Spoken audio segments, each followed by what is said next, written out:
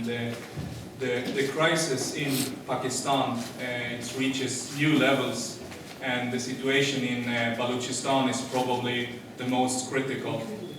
And the masses are threatened by religious extremists, militarized tribes, suicide bombers, and state terrorism. And Pakistan has occupied Balochistan and directed its repression against the population in order to exploit their national resources since 1948. And Pakistani army has since then launched an ethnic cleaning directive against the Baloch population and target killings of ethnic and religious minorities and human rights activists. Political activists, lawyers, and Baloch leaders are hunted and tortured.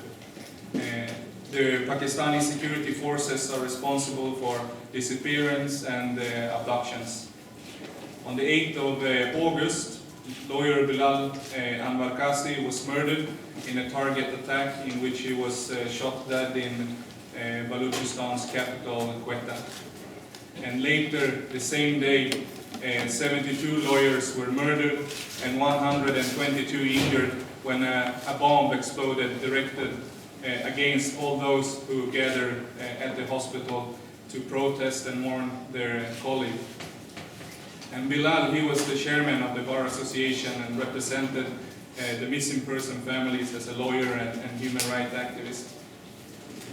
In 1915, 463 people disappeared with violence against their will in Balochistan, according to the human rights organization Voice for Baloch Missing Persons. And this is an increase from 2014, when 435 people was disappeared. And the same year, they found 455 tortured and mutilated bodies. And mutilated bodies of missing persons started to be found 2008 and has increased every year since that. And there are countless testimonies of human rights activists who have been abducted by the army torture cells. One example is one of my comrades, Saeed Baloch, is also a member of the Socialist Justice Party in Sweden and was 3 months in the Pakistani torture cells before he fled to Europe. And he has a decision of deportation from Norway back to Balochistan, and the Swedish Migration Board refused to open his case because of the Dublin regulations. And 2 days ago, another of our comrades, Farhan Baloch, was deported from Sweden to Italy, also him with the risk of being deported back to Balochistan, despite that he's also a victim of torture by the Pakistani army. And the weekly paper of Offensive has previously told about both these cases of Saeed and Farhan Baloch and their situation. And they risk being deported to a country where ethnic minorities and civilians losing their lives because of the Pakistani regime's state terrorism and Islamic fundamentalists. And human rights organizations, they criticize the Pakistani government for its kill and dump policies that they applicate in Balochistan. But we must also criticize the European governments. The European governments are no longer credible representatives of human rights when they continue to deport people to war, terror, and dictatorship. And for example, the new asylum laws in Sweden is a total attack on the right of asylum. In a period of 2 weeks in December last year, over 40 women and 28 children were kidnapped by the Pakistani army. And still, women and children are deported from Europe and back to Balochistan. And Balochistan women, they play an active role in the struggle for justice and democracy. And this must be seen as a strength in a country with a clear conservative and patriarchal structures.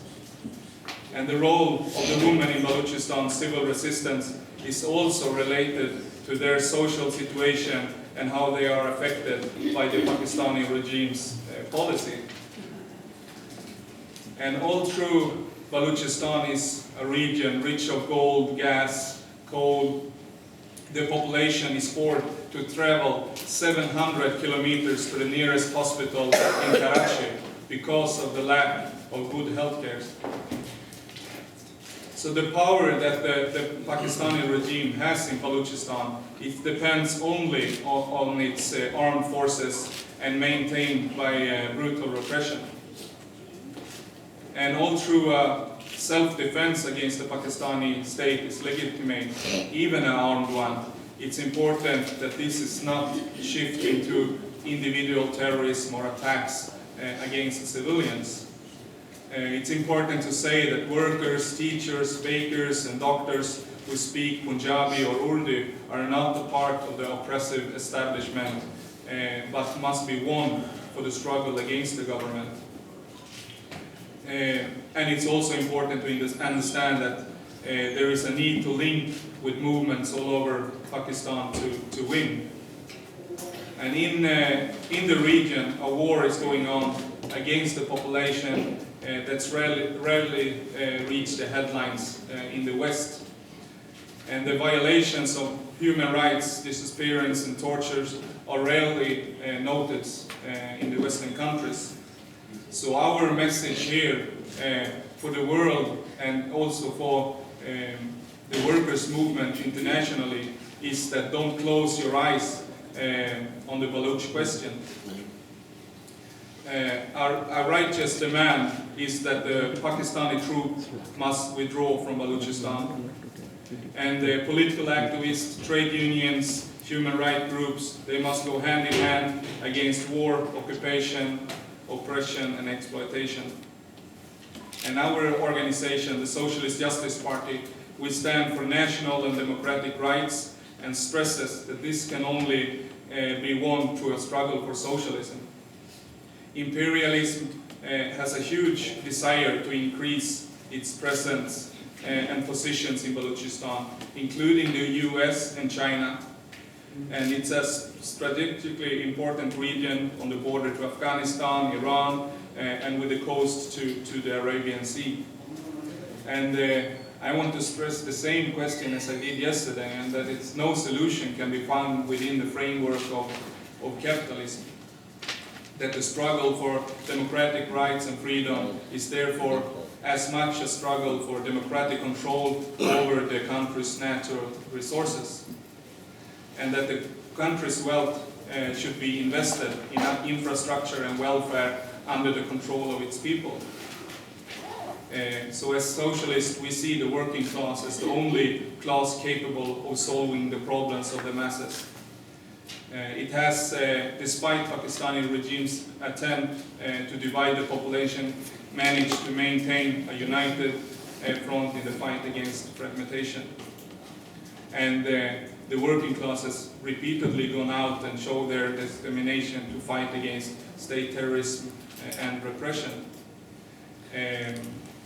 And it's also now a great responsibility to the rest of the trade unions movement in Pakistan to show their solidarity with their class brothers and sisters in Balochistan and to build ties for a common struggle. And the working class in Balochistan is in great need of help and solidarity from the international labor movement. And the international labor movement should give its support to social and political forces to protest against Pakistani militarization and exploitation of the region's national resources. So once again, to just finish, it's only under the banner of unity of the working class in alliance with poor peasants against war, occupation and oppression, for police equality and a socialist federation in the region that peace and freedom can be achieved. And this includes the right of national self-determination and independence for Balochistan and other national minorities, if that is what the democratic shows of the people. Thank you.